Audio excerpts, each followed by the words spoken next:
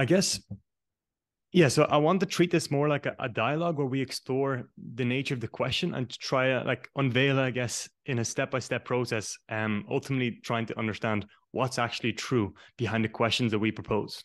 Right. So Right. I guess at the end of the day, what actually matters in our personal lives and our global lives? Why do we even bother having conversations? Why do we do what we do? What actually matters to all of us? Well, I think truth matters. We can get into what that is. And well, when you talk about what matters and what truth is, you always have to look at it from the relative conventional perspective and also the ultimate, the absolute perspective. And ultimately, they're one and the same. The relative and the ultimate are one, you know, form and emptiness are one.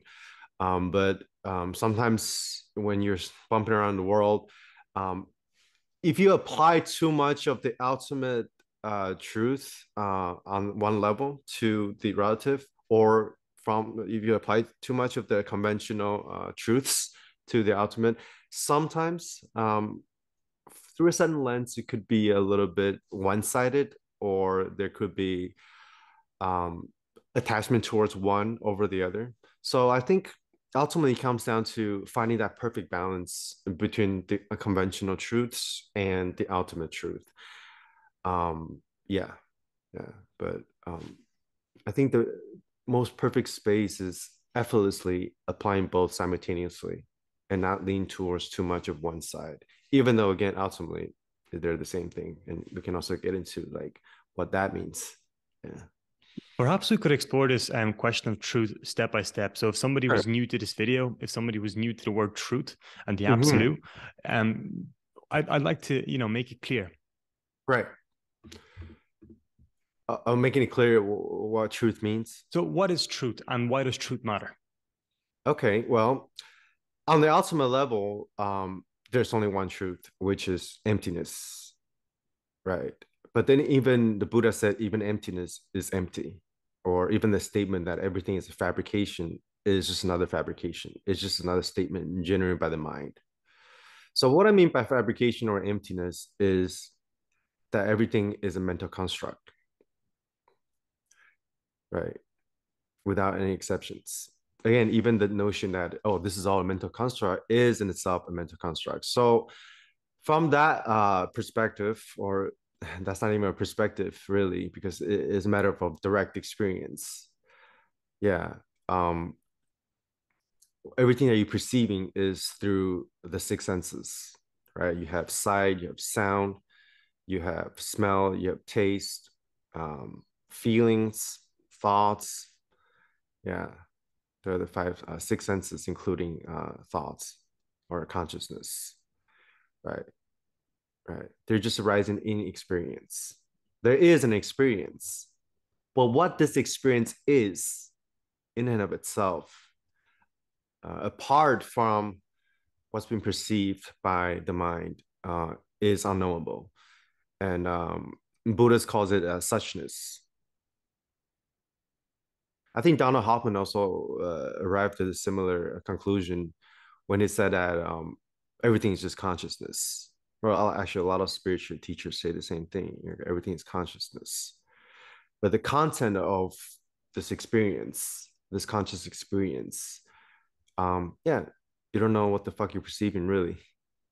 Yeah, without the mental filters, without the linguistic and so the intellectual matrix that you're slapping onto your experience, um, it's just the suchness of things, and things are unknowable, really.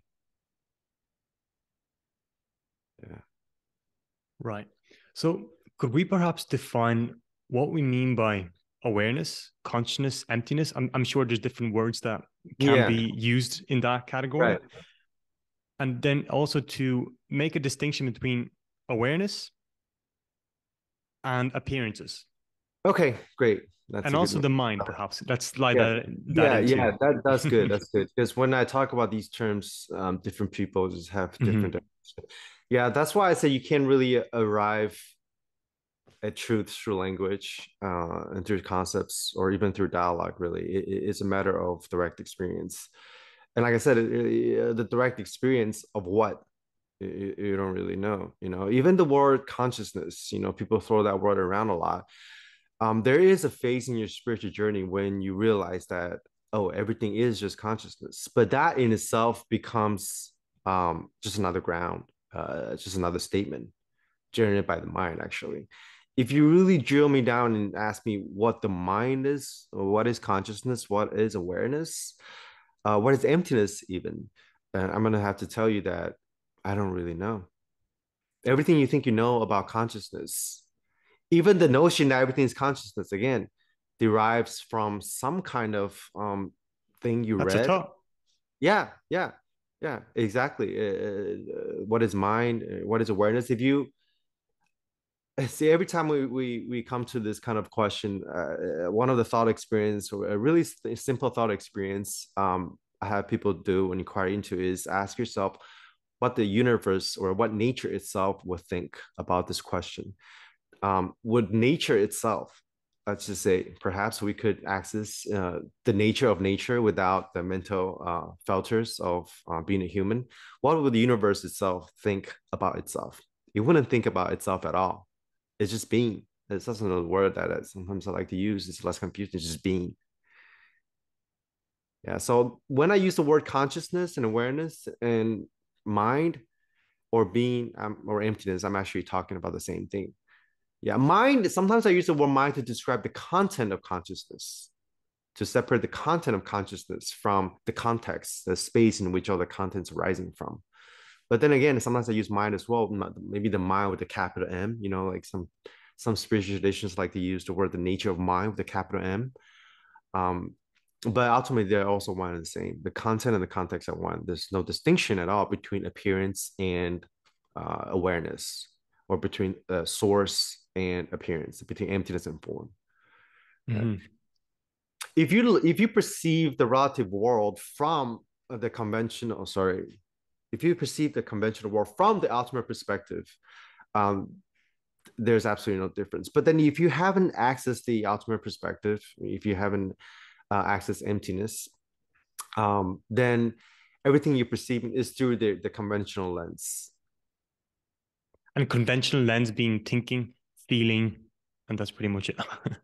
Conventional lens. Emotions. Yeah, well, you see, it's really hard to explain what the difference is really between the conventional and ultimate, because Would again, it be, say, through the veil of the ego or just awareness? Would that be a good way to describe it? well, see, even the word ego can be tricky because there's absolutely no distinction between the ego and awareness and God. Actually, the ego is just a more contracted version of this vast, boundless and timeless space of consciousness. So I always tell people there's no distinction between God and ego. It's just that the ego is just a contracted version of God, which is just vibrating in a quote unquote lower frequency. But it's still the same, should we say, substance, this undefinable substance that's vibrating into different forms. And that vibration gives rise to different contexts, or different levels of the conventional realm. So perhaps the ego is just a very low vibration of the same stuff as the vast space of mind or consciousness, mind with a capital M. Yeah. And Frank, could we perhaps bring down this understanding to a more practical level? For Mm-hmm. example, if we went around the globe and we talked to people, there's going to be some kind of suffering. There's going to be war. There's going to be inequality. There's going to be destruction of our plants, animals, and so on. There's a lot of disorder if we went around the globe. There's obviously some good things are happening too, but if we're concerned about change, if we're concerned about global change, I think it's important to observe these things. And there is this thing that we call suffering, Mm-hmm. anxiety, fear, and so on. And to me, it seems like the fundamental problem is that we have to understand ourselves and who we truly are, because Mm-hmm. out of that misunderstanding is where all these problems emerge. Could we just Right. explore this? Because I might be wrong, but I just want to explore this to find out what is the root of our disorder. And perhaps if we could understand what the root is, there's going to be a natural order that comes out of that. Yeah. So all suffering comes down to the contraction of your true being, right? So basically, when I say what your true being is just this, you could say this vast, boundless space that's somehow aware, right? Again, you can call that awareness or consciousness, whatever, right? Um, but all those defilements and those conditionings serve as sort of this lenses of perception that we're slapping on top of raw experience. So all the suffering comes from that, and that creates separation and the difference between you and I, the difference between this computer and this microphone. All that are just thoughts, are conceptual lenses that we slap onto reality. Once we remove all the lenses of perception and we enter the state of being, pure being, so to speak, the suffering goes away. Because all the suffering comes from you contracting your body mind into this clenched fist. And everybody's walking around with this clenched fist due to the conditionings and the filters, shall we, slapping onto raw experience. And that is what's creating suffering. And just as soon as you're born into this world, and then somebody gives you a name and point at you and say, "Hey, you are dumb, and I'm Frank," that is already a lens of perception that's been slapped onto you, due to like culture conditionings and all that stuff. So like conditionings are pretty much all culturally based. Well, I mean, there is some kind of biological condition as well, like your desire to eat food and perhaps drink water, or maybe even to have sex. Those are more like deeper biological conditions. But on top of that, we have a lot of culture conditionings, such as our names and the beliefs we have about ourselves, how our culture is different from yours, our races, even. Yeah, just our different identities. All those things are slapped onto us through our upbringings and things like that. And even after you remove all the lenses of perceptions, even when you become suffering free, you can still feel pain, but then there's not going to be any mental suffering attached to those pain. You can still have sex and eat food and drink water and enjoy them, but there's no craving for them. There's no afterthought or judgments or resistance that are slapped on top of just the raw experience of, oh, I'm thirsty, I'm going to drink some water. I'm hungry, I'm going to get some food. Yeah, so all of our suffering comes from that. Basically, if I can sum up what suffering is pain times resistance, or even pleasure times resistance. Any kind of experience you're having, whether positive or negative, if you resist it, you're contracting yourself and you're creating solidities in the body mind. In that process of contracting this infinite space of what you really are at the deepest level, or some other people can say that's the nature of reality. Even if you contract that into a tiny little ball and you walk around this clenched fist and perceive how you're separate from everybody else, how you have different beliefs, different ideologies, different names, different personalities, even, then that's where the majority of suffering comes from. It comes from the sense of separation, or some people call it the dream of separation. And this whole project of spirituality or awakening or non-duality, if you want to get into that, is about returning to your true nature and removing all the lenses of perceptions and the filters that are generated by the mind. That's why they call it waking up. Waking up from the dream of separation, from the dream of the false identity, the false self, or the ego, into this undefinable space that's aware and awake.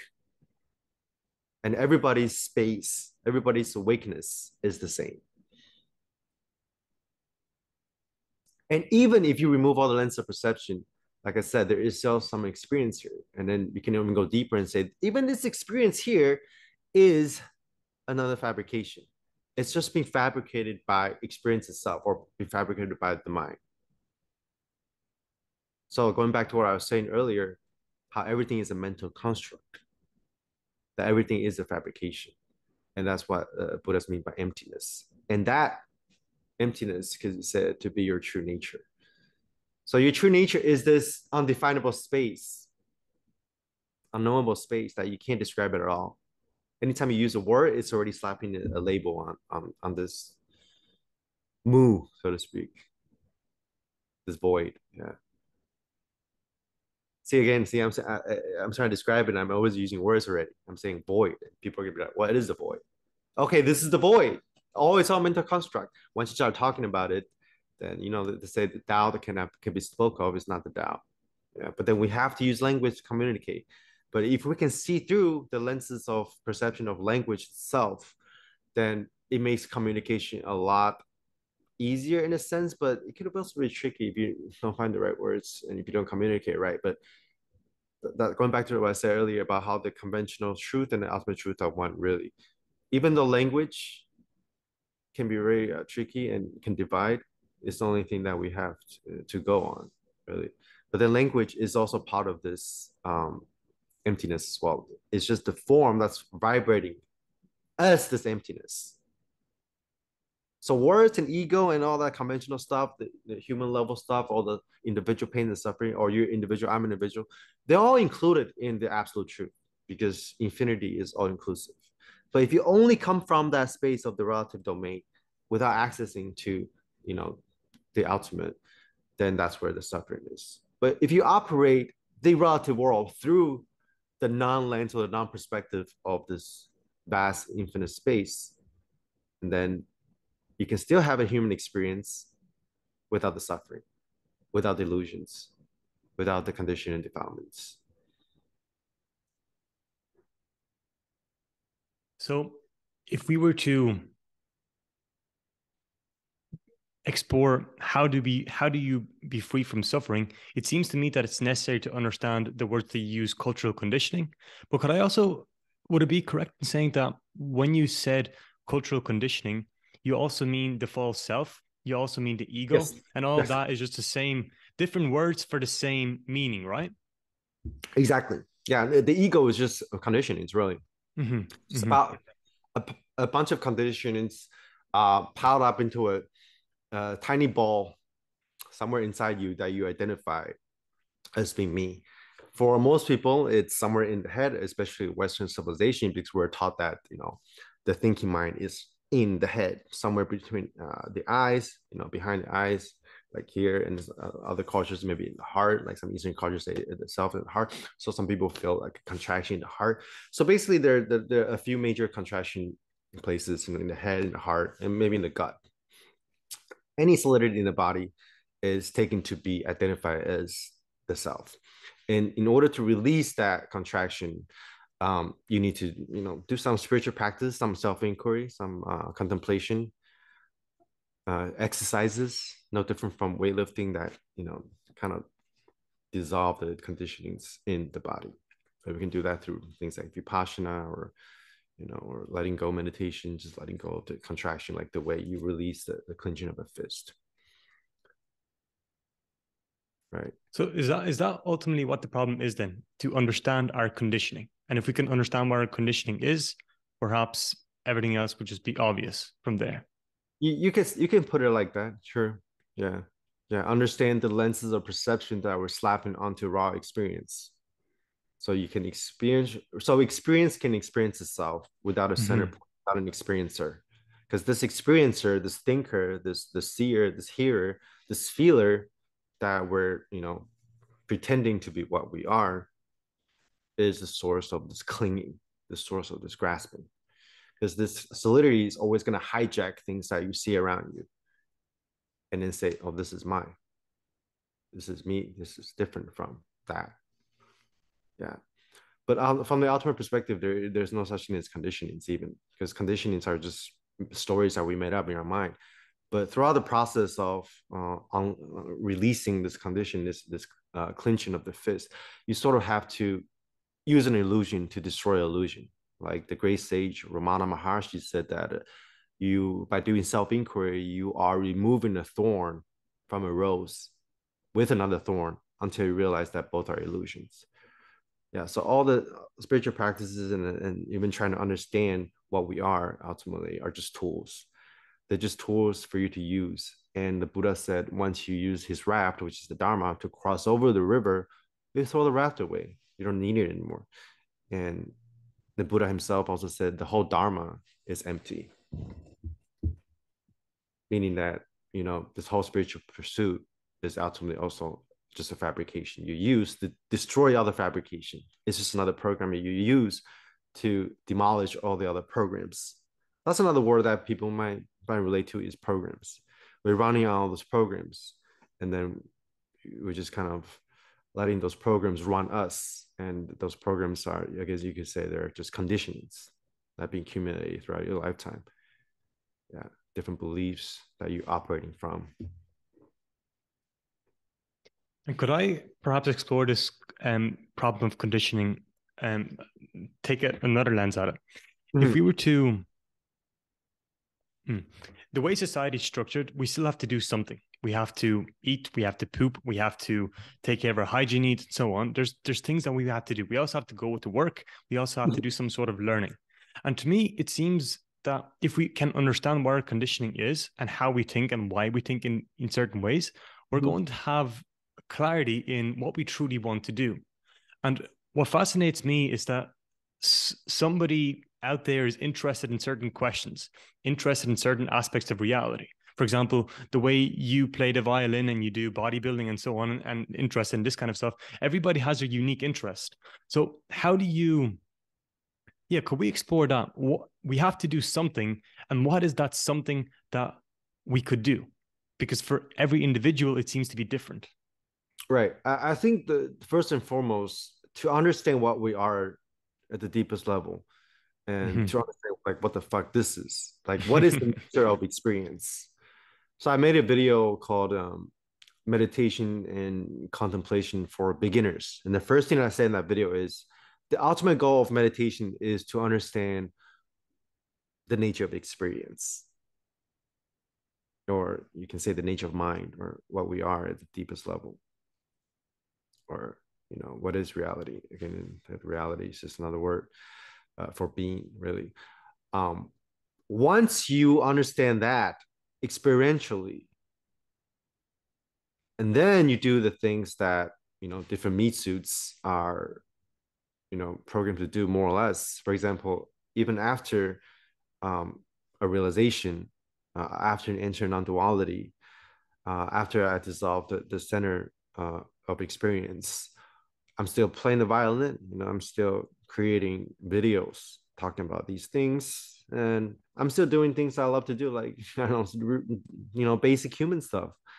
Going out to dinner with my friends, going to the movies, stuff like that. You don't want to lose your human elements, and the human elements, once it's carried out spontaneously through this void, then everything will be effortless, and everything will be done through quote unquote love, because emptiness and love are identical. Once you empty out the self, there's nothing but love. Fullness and emptiness are two sides of the same coin. So it's only after you remove all the lenses of perceptions can you truly love unconditionally.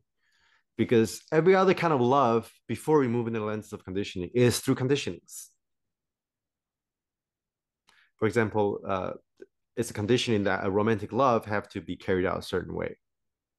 There's certain rules that you have to abide if you are engaged in a romantic relationship.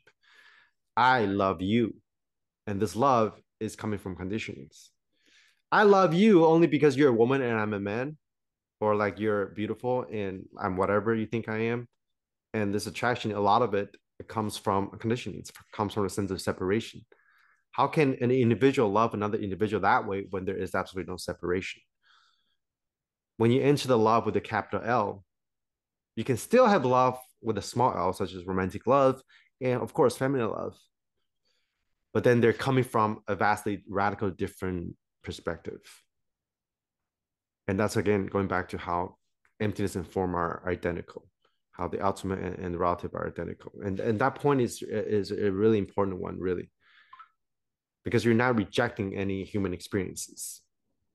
We're not going to the cave and be like, okay, here I recognize the nature of mind or whatever. I'm just going to go sit in the cave and do nothing and watch the world burn. I mean, that's one way emptiness expresses itself. That's one way being expresses itself. Some people do that, and that can create its own ripple of, uh, quote unquote transmission as well, because some people just want to sit in the cave and meditate. And that's their role. But then, me personally, I like to engage in the world. Yeah. But then your engagement with the world after recognizing being, everything is spontaneous. Everything just happens by itself. There's absolutely no doer anywhere. So it's just empty phenomena rolling on, and rolling on, and then it vibrates into form. Yeah. So if you ask me what I'm doing with these things, and like why am I like doing this rather than that on a moment to moment basis, the most concrete, but maybe even the most abstract answer is that it just happens. It just happens through the causes and conditions of the universe or reality, or the cause and condition of your sensory inputs and outputs, and then things just happen. You have no control of anything, even the feeling or the thought that, hey, I'm in control of this, I'm doing this because of that. That's just an afterthought. That's just a mind generated concept that you lace on top of a reality, which is just happening by itself. And again, when I say reality, I mean the same thing as being and consciousness. Yeah. So it does seem that everything boils down to understanding or conditioning. So then the question comes up, why? Or understanding that there's never a conditioning to begin with, really. No, what I mean by that is to even understand that, to me, is in the category of understanding or conditioning, because that just essentially means understanding life, understanding thinking, understanding ourselves, understanding what all of this really is. To me, that's what I mean Yeah, by that. but then when you speak of understanding, again, we have to sort of separate, make a distinction at least between intellectual understanding, conceptual understanding, and Actual experiential actual understanding. experiential. Yeah, because that's the space that most people can really truly grasp without having some kind of experiential glimpse into their true nature. Yeah, because everything that before at least a glimpse is going to go come from the mind. It's going to come from conditioning itself. That's why yesterday I answered a question somebody asked me about shadow work. People get into this work and they're like, okay, I'm going to do shadow work to clean up my conditions, to clean up the defilements and the traumas that have been accumulating in my body my whole life. And then I always tell people that if you don't wake up first and then do the cleanup, because their masters they say this: waking up first and then you clean up and you grow up. In order to truly clean up your conditionings, you have to let this boundless and timeless space of awareness dissolve you. If you're still dissolving yourself without dissolving the center point, without removing this center or this, locus of attention that you're pretending to look out the world from, then you're just doing it through the lens of other conditionings, and you're creating more karmas. You're creating this healer, this cleaner that's doing the cleaning. So you're actually just rearranging the garbages in your room instead of realizing that you're the boundless space that includes all the stuff, and all the stuff are all just empty. And you let this stuff dissolve all the different like garbage and the furniture in the room. When I said dissolve, I don't mean like they just disappear. Some stuff do disappear, and then they come back again. Some defilements do disappear, but then other, beliefs can still be there. But then you just see through how they're just empty vibrations. They don't have any inherent existence. They're not real the way that we think they are. So you're really just seeing through the solidity of phenomenons and how source or how appearance and emptiness and awareness are one and the same. Yeah. See, what's interesting to me is the very fact that you use the word shadow work. Not everybody's familiar with that term. And the fact that you use the word the Buddha, and to me, it seems like knowledge is conditioning too. And Yes. to me, the question then is, well, it's a question that I would like to explore.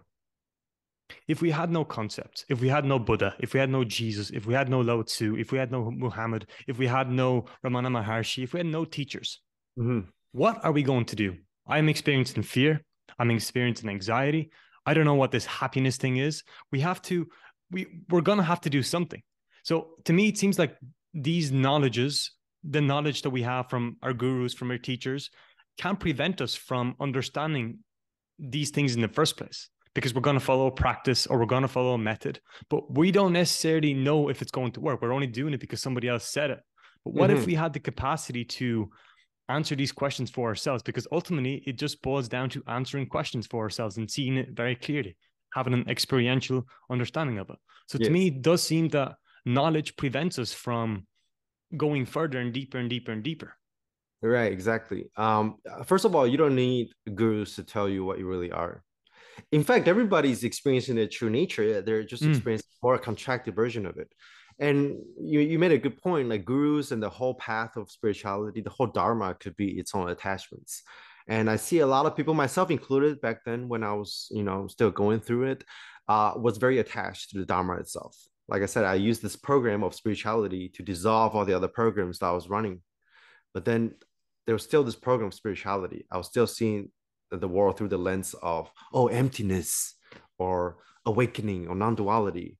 Again, those are very subtle lenses, eventually have to be resolved. And I think Romana also talks about this and how, like, at the end, you're still holding on to that one, this knowledge or spiritual truths. And to let that go, to let go of the identity of the spiritual seeker is probably one of the hardest things to do. Yeah. Yeah, so all the gurus are pointing at the moon with their fingers, but then you don't want to get stuck at the fingers, at the techniques, at the instructions, or even the knowledge, at least the intellectual knowledge of what truth is. Jed McKenna has this, I don't know if you're familiar with Jed McKenna. Yeah, he had this technique called spiritual autolysis or something like that. It's kind of like a contemplation, self-inquiry techniques, where basically he just asks you to write down what you think is true until there's nothing true left. So every single statement that you think is true, you just kind of write it down. And every answer should be a no. And you're going to get to the bottom of all this. The last question is it truth that nothing is true? Is that also the truth? If that's also a no, then the whole entire structure of concept or the thinking mind collapses. And then you enter the space of non-duality. Right? Could I zoom in on that a little bit? Because to me, yeah, I've come across that before. But the one thing that I wasn't, like, for example, if I asked a question, speaking purely from the mathematic perspective, not the absolute perspective, 2 plus 2 equals 4. Well, you could say that's true. It's not 5, it's not 3. Right. I can say then that's if we true. asked, then if we asked, is nationalism, do religions, do nationalities divide people? I feel like that's also true. Is it true to say that thoughts occur? That's also true. So like, so could we zoom in on that a little bit and just make it clear? Yeah, that's all true on the conventional level. On the So level we're speaking about the absolute level then, right? Yeah, when I say nothing is true, I'm speaking from the absolute level. It's only when you realize that nothing is true and everything is a fabrication, and then going back into those fabrications and those conventional truths, can you operate from the source of love and connectivity? Yeah. So you can say where I don't like to use the word God too much because it's a convoluted word with a lot of people. So you can a metaphor could be after we realize that we're all gods, and then going back to the human world, and then pretend in a way, pretend we are humans. Can we really have a loving and compassionate human experience? Because you realize at the deepest level that there's no separation. Yeah, and I guess that's what I meant by the separation can still be there, but it's the separation that you experience coming from non-duality is vastly different from separation experience through separation itself. Yeah, because again, oneness also includes all the particulars. Even just saying everything is one is another. It could be another thing that you're attached to. Yeah, yeah. So could we ask then, what prevents separation? And would I be correct in saying that what prevents separation is conditioning, thoughts, Mhm. attachments, knowledge, Yes. beliefs, all these things, which Yeah. essentially is just thoughts, Yeah. This is conceptual thought. understanding? Yeah. And for what are thoughts? It's just contraction of energy. Mm-hmm. I like to going back to sort of the visceral and this embodied feeling of separateness to sort of let go of the grasping of concepts. Every time you feel separated or you feel like a trauma is arising or you feel like your ego is acting out, you feel a contraction in your body. Even a thought, oh, you get lost in a thought. What is that? It's just a contraction of energy somewhere like in the head. Yeah. But we're not really inside our head as a matter of direct experience. That's interesting to me because you said contraction of energy. But if I'm a 3-year-old, I don't have the language of contraction and energy. So I would use a different word to, represent that. But essentially, we're just pointing at the same thing, right? Which is just thoughts. Yeah, yeah, yeah. You can say that. Yeah, thoughts are Mhm. just contractions of energies, or at least thoughts are you identify with. You can have thoughts without a thinker, and there won't be any contractions. And thoughts would just be perceived as empty phenomena rolling on. That's no different from the clouds that are passing by.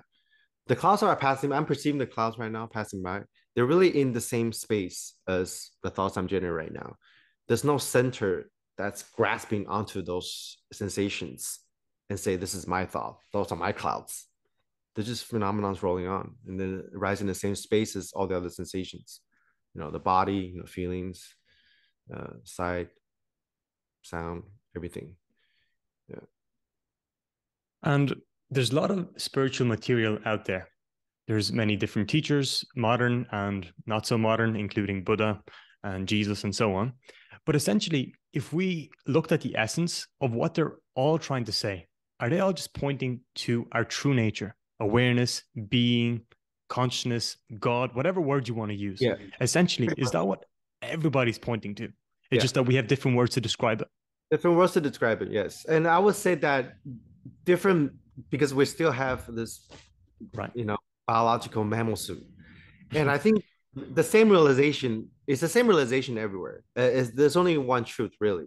The one truth of, the indescribable, your direct experience now, without any contractions, whatever, or any identification to contractions, right? But then there could be different flavors to this realizations. That's why you see different teachers talk about it a little differently, and they might experience it slightly differently, just be only because we still have this memo suit that are with us, and there are still certain biological conditions in this meat suit that could be different wirings of the brain, so to speak, sort of manifest this truth slightly differently on the conventional level, but they're all pointing to the same thing. But then there's a lot of like different debates or other traditions, the Hinduism versus like the Buddhism. The Hinduism like to talk about the true self, like the Brahman, and Buddha would say, there's no self at all. The true self doesn't exist. There is no self. But they're really talking about the same thing. True self is no self. But then if you're went through this path through a slightly different tradition than another person, again, the flavor of this realization could be a little bit different. Uh, so that's why a lot of confusions come from. Also, the different words that we use to describe, the same thing. And that's why I raised the point earlier that I feel like knowledge prevents us from understanding. But if I the question we asked initially was what truly matters? And to me, it seems like what matters is, like you said earlier, to find out how do we live compassionately and lovingly between one another? Because we know what all of this really is. How do we Mm-hmm. find out what is intelligence, what is happiness, what is peace, what is joy, what is wisdom, what is creativity?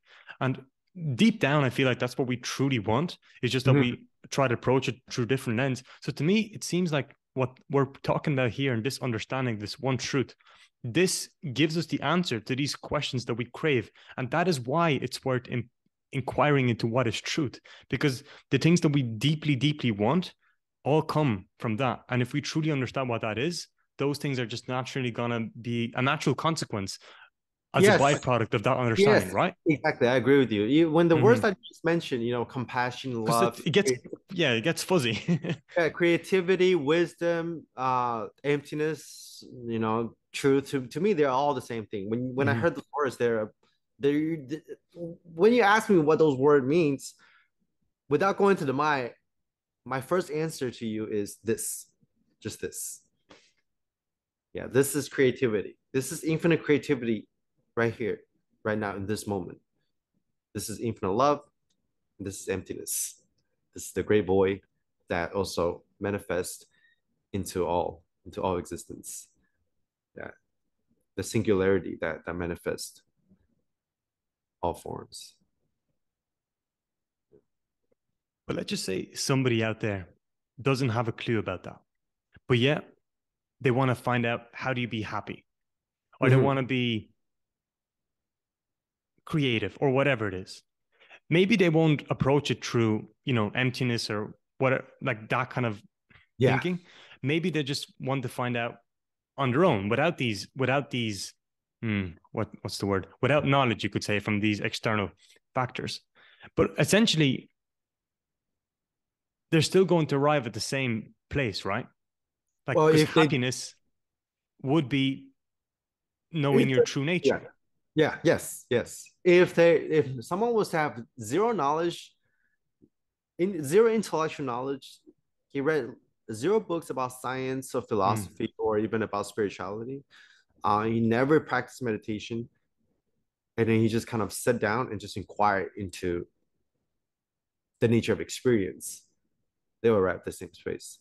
But then those spiritual teachings and even more mind dependent literatures like philosophy, they can be tools for you to speed up this process of dissolving all the conditionings.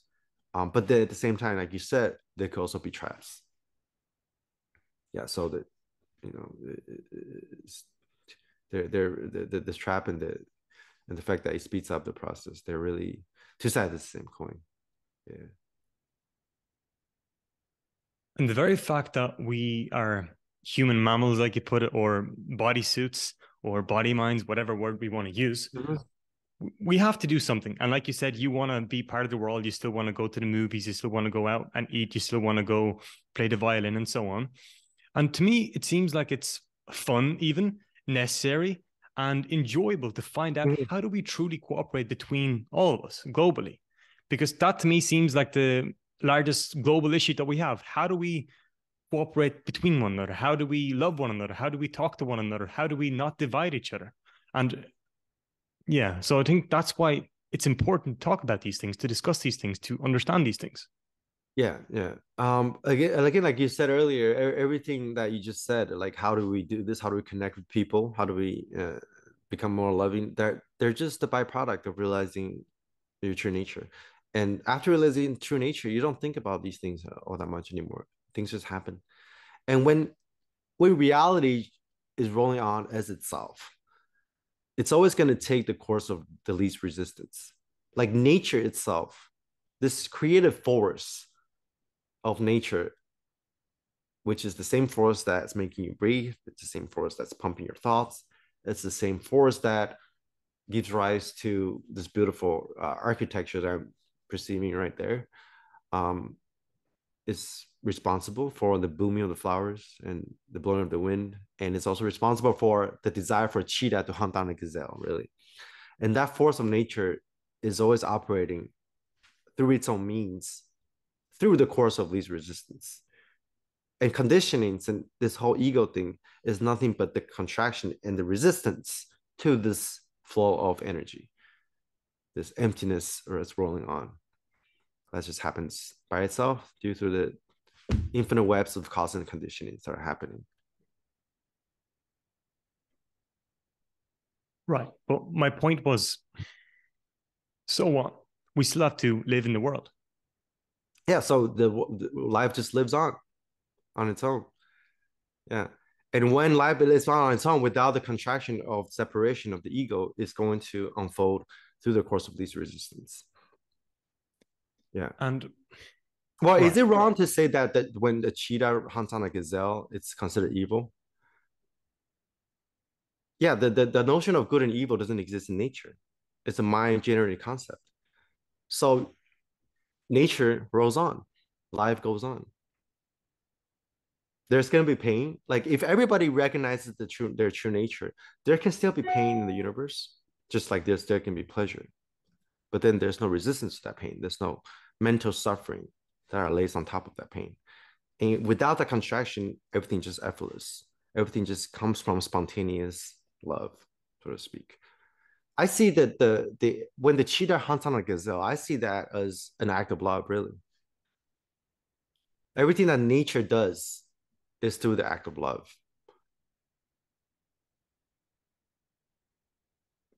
We could say the same about war then, right? War, Sure. killing each Yeah. other. Yeah. You can say from that perspective, it's from the act of love. Yeah. But at Yeah. the same time, Or just spontaneously appeared. It's part of the creation of nature. Yeah, war cannot exist without being super blissful all the time. They're codependent arising. Yeah. But then without I'm saying it from the perspective of non-duality. The way I perceive war is that it just happens. Yeah.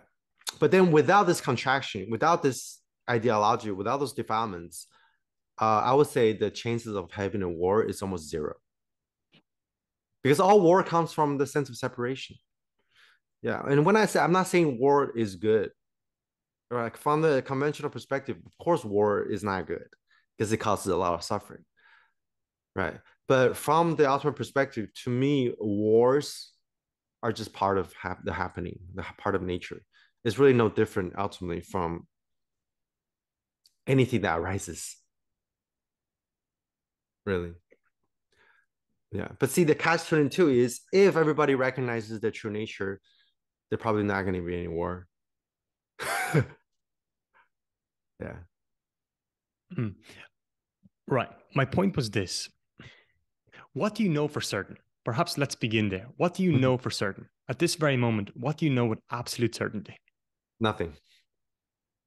Nothing. I can tell you there's an experience here right now, but what is the experience? What is that experience? Again, like I said, you don't know. So, Yeah. so the fact that you said the ultimate on the ultimate level, nothing matters. That's just going to be intellectualizing, right? Like we can intellectualize it logically, but ultimately we don't actually know. We don't actually know. Yeah. Yeah. So We don't when I actually. look at war, when I look at what is the cause of suffering, and you see it clearly, war is due to division between us, separation Yeah. between us, conceptual understanding. Mm-hmm. Is there not like an urge to act, to do something, to, I don't know, have discussions, have dialogues? Or is it just like, war, let the nature, let the world do whatever it does? Like to me, that's the question that I was trying to prompt at is like, if I look at war, if I look at suffering, we see it. We see clearly what it is and that it's unnecessary. And naturally, there's an impulse to do something about it. Yeah. This So that's impulse. what I meant by that. Yeah. Yeah. This impulse just happens too. This Mm-hmm, impulse mm-hmm, trying to do something, trying to help people that are suffering from maybe not just war, but even seeing my friend having a bad day mm-hmm, and lifting him up. Like from my perspective, it just happens. And after entering non-duality, I find myself doing that a lot more, mm-hmm. just spontaneously, without any intentions. It just happens. Yeah, yeah. Because nature is always going to want everybody to live in harmony, because then the force of nature can run its course through the course of least resistance. So once you recognize the nature of nature or the nature of mind, all those things that just happen. Yeah, you're just more likely to want to help other people. Yeah. But it just happens regardless. Like everything happens regardless, right? Even if you do know your nature, you don't know your nature. It just happens Yes, yes, spontaneously, naturally, yes, whether you exactly. like it or But then, not. right, exactly. Even the whole process of somebody waking up to their true nature is just happening Mm-hmm, spontaneously. It's like an mm-hmm, accident that just happened. But then, say that's the paradox we can't really get to the bottom of, really, because every time we talk about it, we're going to run into linguistic paradox. mm, But okay, yes, everything is happening by itself. And through the causes and condition of the universe, it just happens that in this moment, in the 21st century, we're just kind of perpetuated into recognizing our true self. And in 100 years, every single person on the planet are born or not born, but at least they start teaching awakening at school, and we don't pile up as much conditioning through our lifetime because we're more realized. in terms of that. We started to teach kids earlier about meditation and what this thing is. Um, then everything would also just happen by itself, and world would just go on. Emptiness phenomenon would just continue to roll on. But that world, that theoretical world of everybody recognizing the true nature, when everything is just going on by itself, there's going to be probably, I can't say for sure because all those just thoughts too, those conceptual thought experiments. I will, put my bet on it that there's not going to be any war in that world, at least not the kind of war that we have been experiencing. Yeah, genocides and all that stuff. Yeah. Of course, how could it be otherwise? If you see the Yeah. futility of something, you're just not going to move in that direction. It's just like, why would Yeah, I do that? exactly. It's just like the unit. Like sometimes people ask me, "Think, why don't you do this anymore? Like you used to do a lot of this." And when I used to do a lot of whatever that is due to conditionings, it's not like I'm trying not to do that. Maybe someone down the path when I was still trying to dissolve conditionings, there was some kind of resistance and clinching to say, "Oh, I shouldn't do that. That's conditioning. That's ego. That's bad for my spiritual path." There were moments like that before, but then again, like I said earlier, that's just coming from more selves. The self, one part of the self is telling another part of the self not to do that. Right. So I don't do those things anymore now after recognizing, the nature of experience, because reality isn't going to take me that way. Because those are the path of resistance. Yeah. So it's not like I'm intentionally staying away from all the ego stuff now. It's just that it just doesn't happen. So would it, Reality rolling on through the course of least resistance just isn't moving this body, mind, this meat suit towards things that can cause contractions and pain and suffering. It just doesn't do it. Just the way that the clouds don't suffer. They're just floating. It's like the weather. Sometimes it rains, sometimes it hails, sometimes it's a sunny day. But all of it is included in the boundless space of the sky.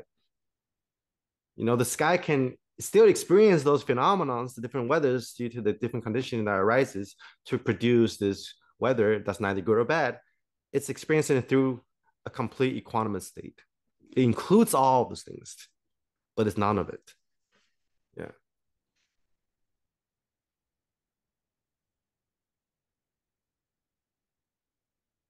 this brings up the question then, because, right, an orange tree produces oranges. It cannot produce apples. It cannot produce pineapples. No matter how hard it tries, it just cannot do that. Yeah, correct. That's just due to the causes and conditionings Mm-hmm. of nature. Yeah. Then it also seems to me, if Michael Jordan was pushed by his parents or by society at large or influenced by other people to become an accountant, he would have never discovered what it is to be Michael Jordan. Because to me, it seems like he was born to play basketball. Maybe he was born Yeah. something like to be a great accountant, but he did a pretty good job at being a basketball player. Right. And Yeah. Yeah. the same Exactly. with Frank, and the same with Albert Einstein, and the same with anyone. So to me, it seems like we have to understand our conditioning in order to allow our natural function to shine through this particular body mind. Just like an orange tree produces oranges, no matter how hard it tries, it's not going to produce apples. And I feel like that's the same with humans, right? So like, Mm-hmm. it seems necessary then to understand that conditioning, even for that to allow to take place. And then we can call that your life purpose, whatever it is, but it's a lot more enjoyable to do that as opposed to, I don't know, being an accountant when you're actually Yes. supposed to be playing basketball and being Michael Yes. Jordan. Do you know what I I'm? agree. That was my Yeah, of point course. of Yeah. So understanding. You know. yes, yes. So Michael Jordan, his genetic wiring, again, due to the Mm, infinite condition that produces that body mind, has less resistance playing basketball than being an accountant. mm. So the body mind of Michael Jordan, the way it expresses itself is closer to what he really is than being an accountant. Yes, and different people have different inclinations on this relative world. And the interesting thing is a lot of people that undergo through this process of recognizing what they really are, if you look at their lives before, um, a lot of them are actually extremely egoistic, but then they have a very authentic ego. It's like whatever they did before, even though it's coming from the ego, there there seems to be a sense of authenticity, and they're very genuine and very sincere and honest about what their ego were doing. Like Michael Jordan had a very authentic ego. That's why people loved him. He just wanted to play basketball. No apologies. Like even Kanye West too. And Mm, mm, mm. I'm inclined to tell you that those people, if you put them down to the spiritual path, if they start to inquire into what they really are, they would have a more quote unquote success than people who aren't tuned into the natural sort of this wiring and inclination of their body mind. Yeah. Does that make sense? No, of course it does. Of Yeah, course it yeah. does. Yeah, So yeah, yeah. the perfect, so after you recognize your true nature, you're automatically going to manifest this mitsu the way it's always been wired. So I would say that, this enlightenment thing, whatever, is really just going back to how this body mind has always been wired before all the defilements and all the human conditions were piled up.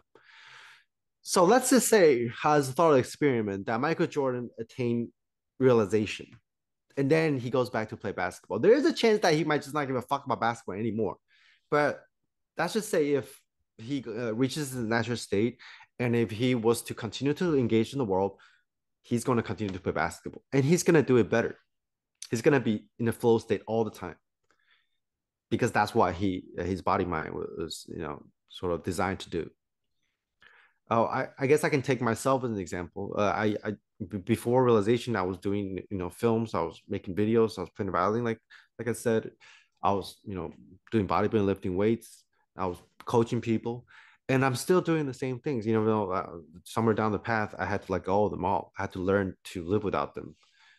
Um, but then after going back, after putting the emptiness back into the form, after integrating the emptiness, this truth into the conventional level of the human, I'm doing them way more efficiently on a very practical and physical level. Even when I lift weights now, like I have no goals anymore for what my body looks like. I don't even, watch my diet anymore. I just like going to the gym, and I can do more now in an hour than I did back then in like 2 hours. Like my physical conditioning just improved, because we spend so much of our energies and so much of the calories, glucose in our brain, creating this illusion, creating all those thoughts and contracting ourselves into this tiny little ball that we don't have energy for anything else.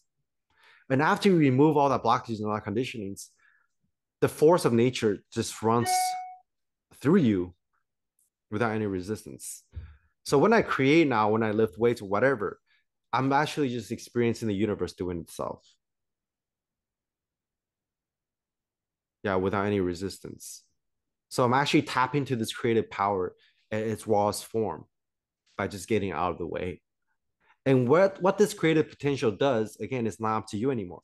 But because of the natural inclination, the genetic wirings of each of our bodies, we're different individuals are going to be perpetuated into manifesting this emptiness, or engaging in the human level, human world, through different means.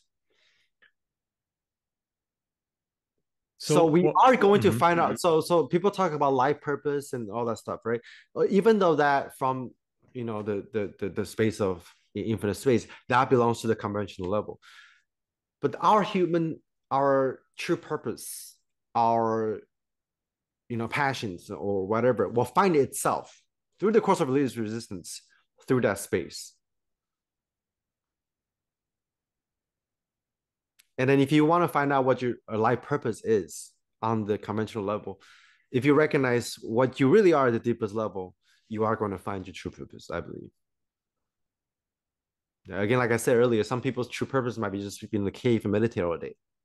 That's one way that emptiness, the infinite, expresses itself. For another person, is talking about the Dharma, being a teacher. Oh, other people don't say a thing.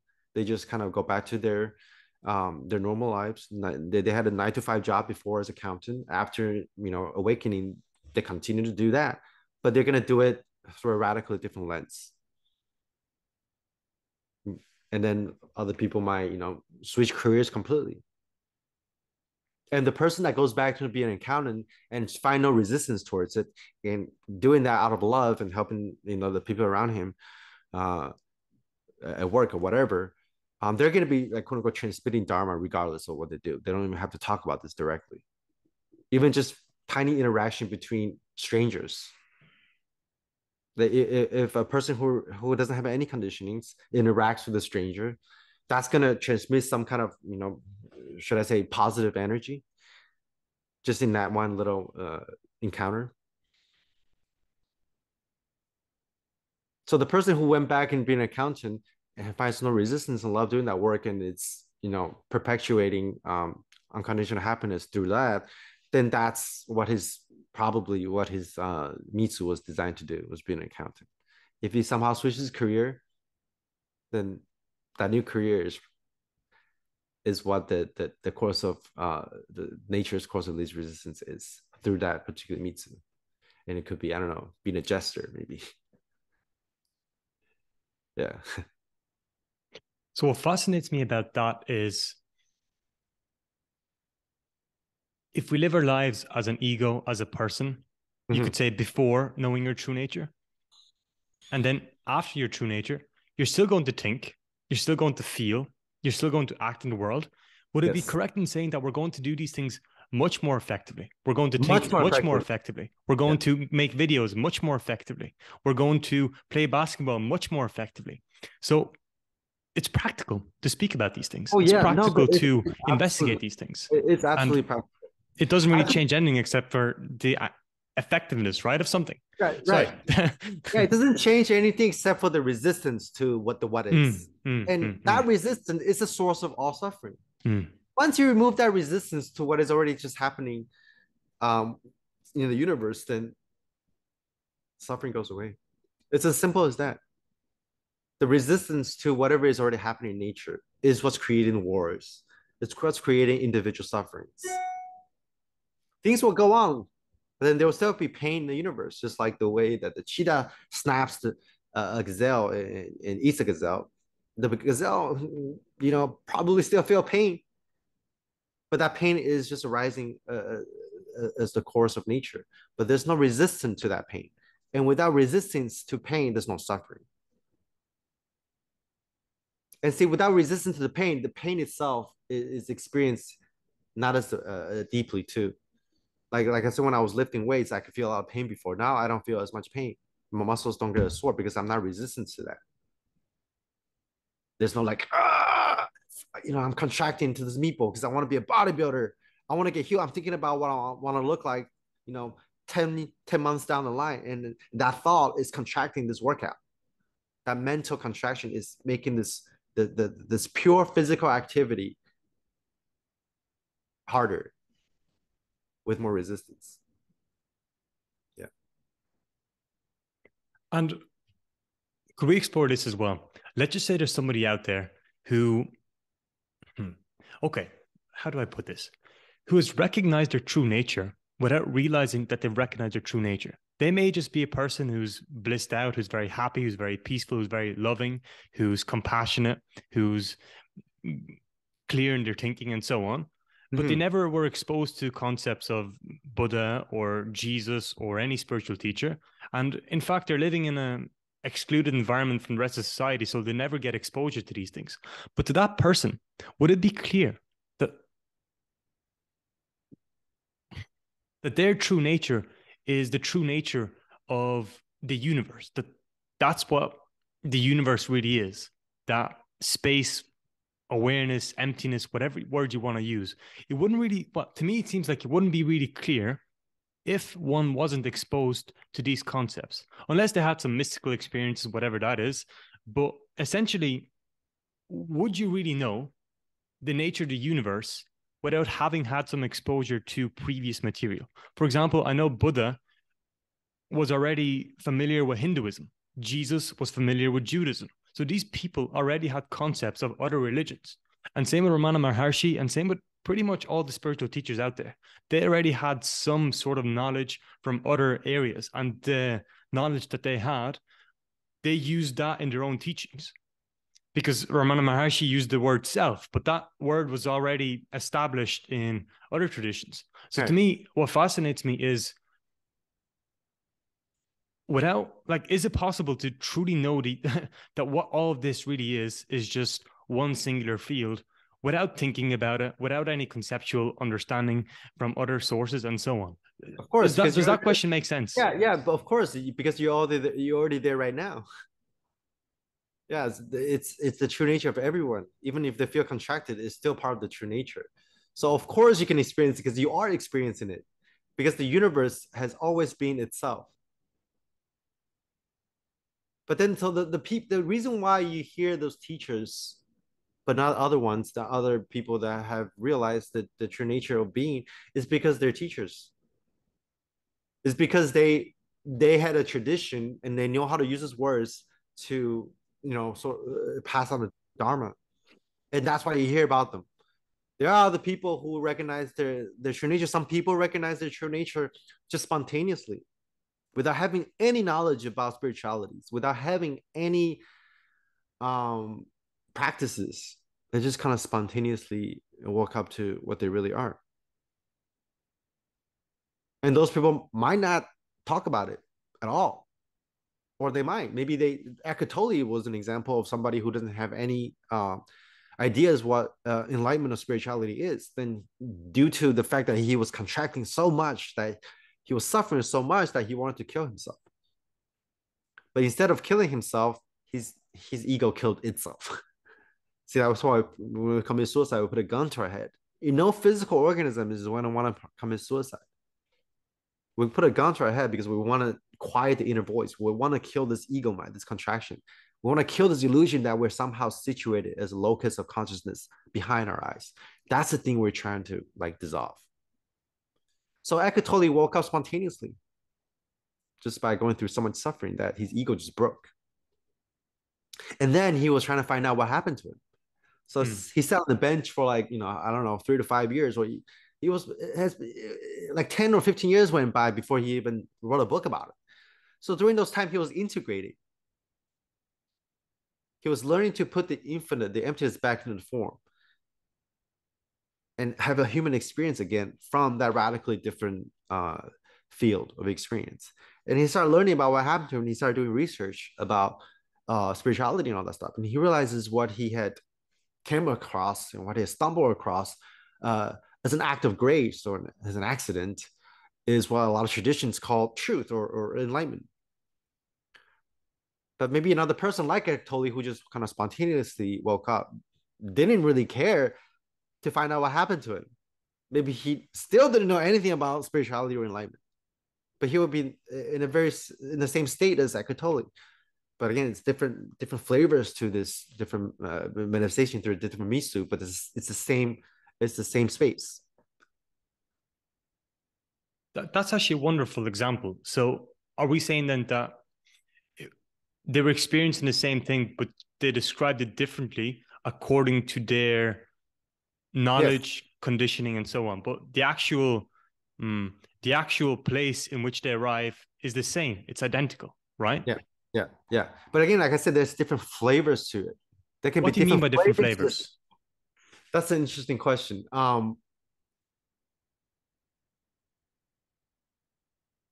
For example, I can give you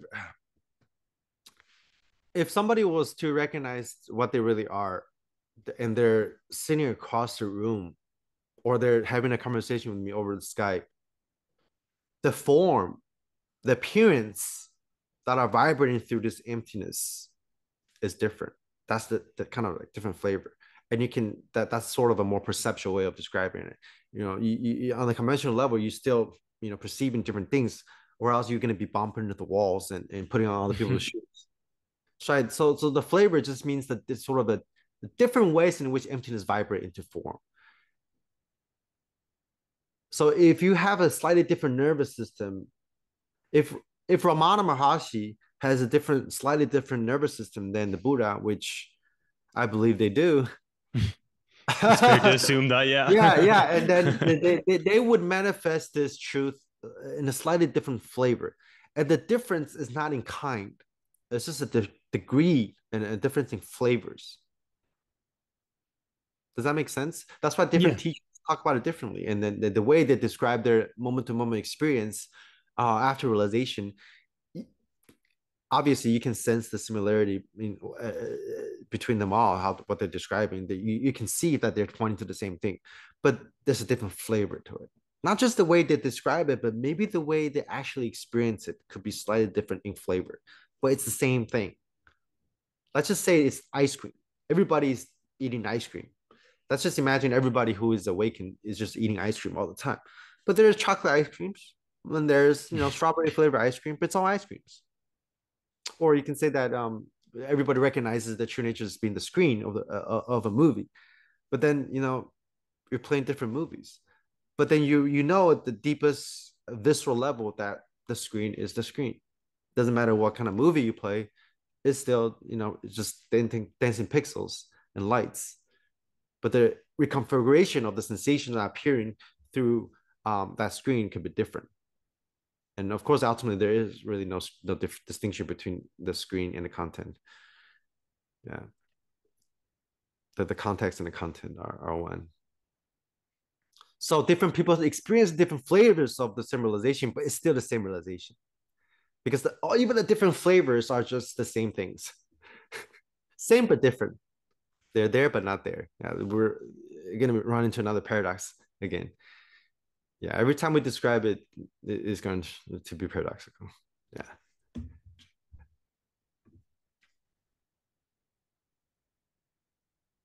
There's another thing that I'd like to explore. Let's just say everybody knows their true nature. Everybody, all 8 billion of us. Everybody's very wise, loving, compassionate, all these things. There's no wars. What then? It's not like we're going to teach each other these things. It's not like we're going to. Yeah, we don't need to anymore. Honestly, we still have to do something. So to me, it's interesting, what then? Well, if you look at the spiritual path after awakening, you have a phase of integration. So if everybody was to suddenly wake up to the true nature at this moment, there's going to be a lot of integration to do. People are going to have to learn how to live in the world through this new operating system.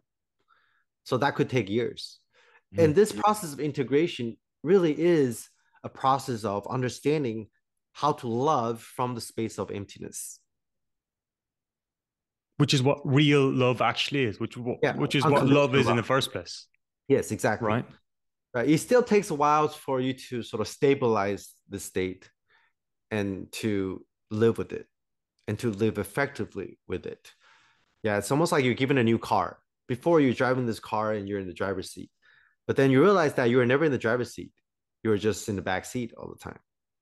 And at first, after you recognize you're in the back seat, you still need to push some buttons in order to program the self-driving car to ultimately just drive itself without any effort. So that process of learning how to operate the self-driving car until you can finally even let go of pushing the buttons on a self-driving car is the process of integration. If everybody was to walk up today, they'll realize the same truth, but then there's going to be a process of integration that could take that years. So that's what we could do. Yeah. And a lot of this process of integration is learning how to love, is learning how to connect with people, is learning how to be, a good person in the world. At least that was my path. And a lot of teachers speak about this as well. Now, Shi Yang said after his realization, it took him like maybe 10, 15 years to truly feel liberated. Because in those 10, 15 years, he had to learn how to use this new operating system. And then somebody asked him, so what's left after that? He said, love effectively and love deeply. Yeah.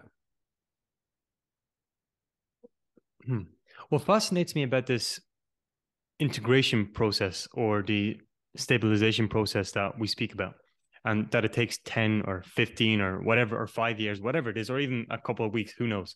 Yeah. But essentially, does not just boil down to living as awareness, moment to moment, and allowing spontaneous action to arise out of that moment. And as long as that is the case, what is there to integrate? If we're doing it naturally, if we're doing it organically, if we're doing it spontaneously, if it comes from a place of sincerity, surely that's all there is to know. Yes, like I said, there really is nothing to integrate. There's nothing to heal. Okay. But then at the same time, there also is. Even though that process of integration It's just happening by itself. And it's very clear after realization, even trying to integrate, you're not trying to do it. I'm not setting intention to integrate these things. This thing just wants to integrate itself. Yeah. So there's after realization, there's still going to be some nooks and crannies of old conditionings that are very, very deep. That doesn't get released until after you are abiding in this infinite space. That's the space that you can truly dissolve conditionings, really. Like I said earlier, before all that's just shadow work light. It's not even true shadow work. So the deeper nooks and crannies of the conditionings only gets released after you open up this space. So because you're not creating any more karmas, no sensation is going to hijack another part of you and be like, oh, I'm the cleaner that's doing the cleaning. I'm just becoming better cleaners. So even though that's just happening by itself, there's still some things that are happening there. The reality is still going to perpetuate this Mitsu who's undergoing through this process of integration this way rather than that way. So there is still work to be done, but at the same time, it doesn't feel like work. It's effortless. It's kind of It's like being, natural. it's natural. It's kind of like just like the going back to like the question you've been raising throughout in this entire podcast. What are we going to do after realization? It's just going to occur naturally, but that doesn't mean there's no work to do. That doesn't mean that you just sit there in the cave and do nothing. Although you could. Yeah. So And I guess we're gonna find out when that happens, right? We don't actually know when it happens, then we'll find out, right? yeah, yeah, yeah. But then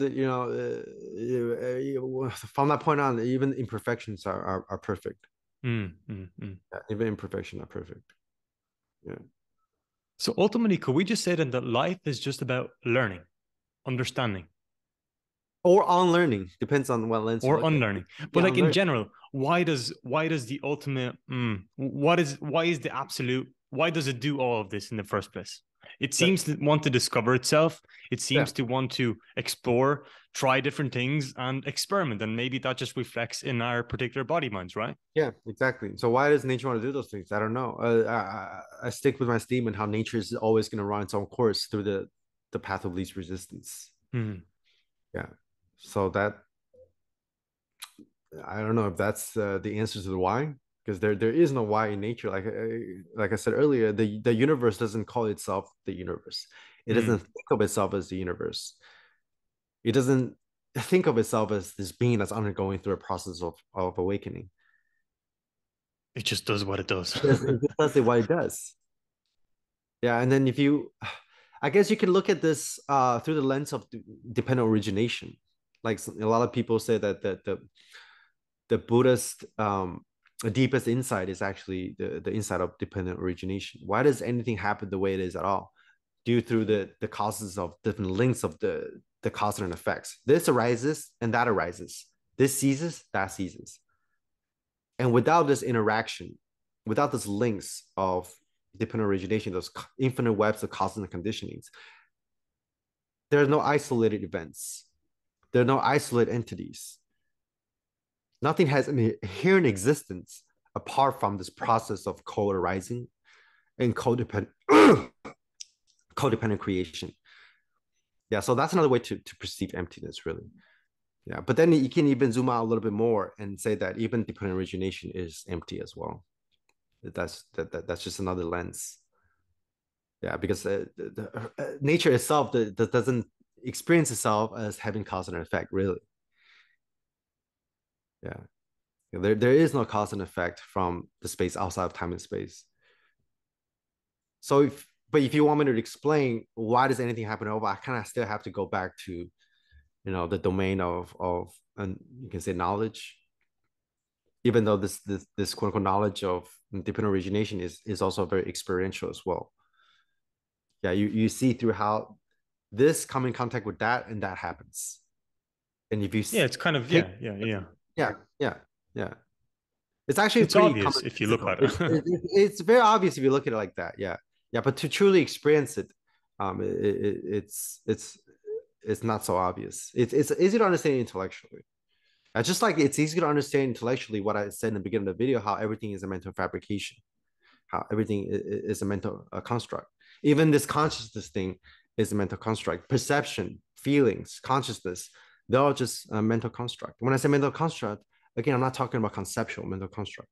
I'm talking about how once you zoom into the nature of experience, the way that physicists zoom into an atom when they try to dissect reality, and with the spirituality work, you're doing that from the inside, so to speak. You're doing that through direct experience. Once you see through the microscopic particles of direct experience, how everything is just constantly arising and passing away, everything is just vibrating into form through emptiness, as emptiness, then you can see that everything's constructed.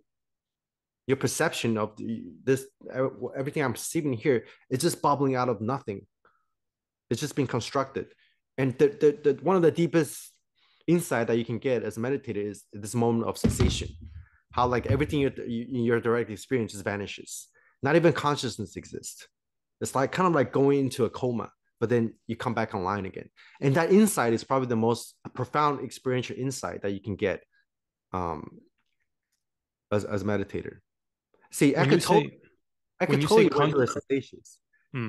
Eckhart Tolle, when before he woke up, he was blacked out for like a day or something. He went through a major cessation. And then when his consciousness came back online, his entire nervous system is rewired.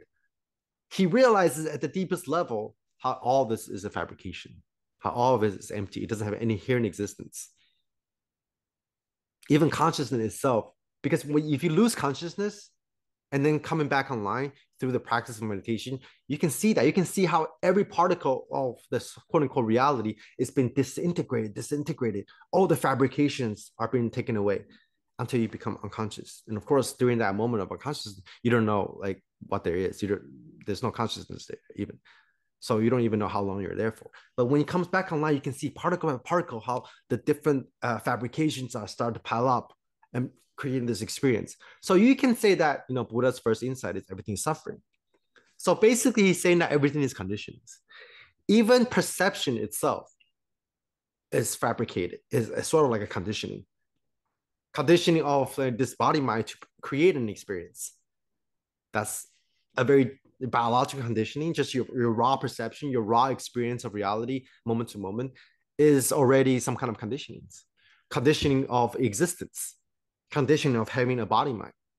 But then on top of those deeper conditionings, or more existential or more perceptual conditionings of just having a raw experience of consciousness, even we pile other conditionings on top of that, like the identities of the self, the condition of our stories, our traumas. But those are all just fabricated as well. All the conditionings are just arising out of nothingness. Yeah, I don't know if that makes sense.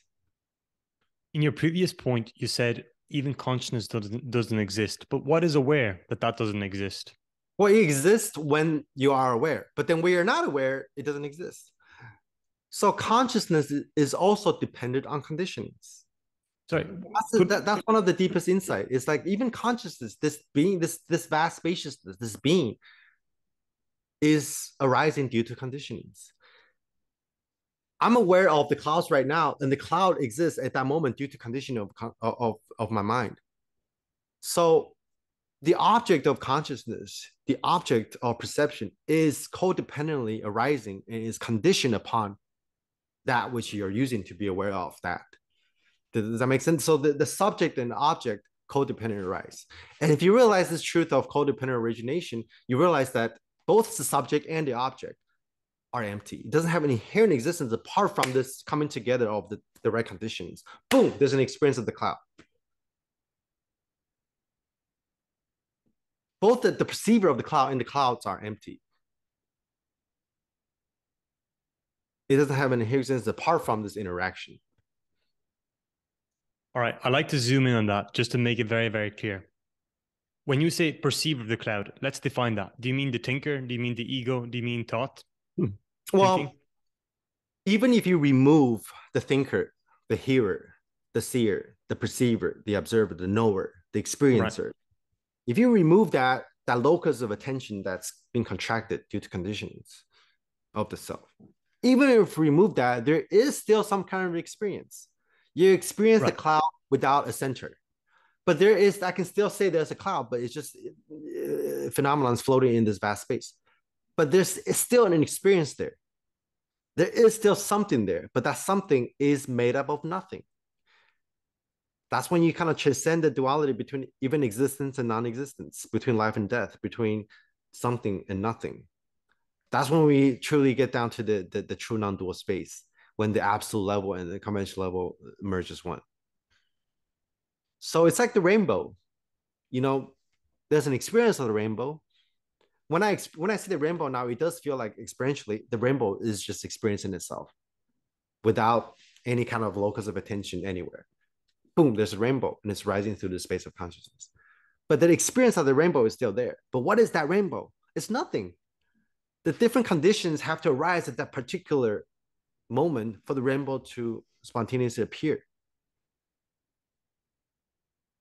And then this links of different origination, you can say the links of the different elements in the weather, in the sky, whatever, and also the people that are perceiving it. Those are also links of other dependent arising of the clouds.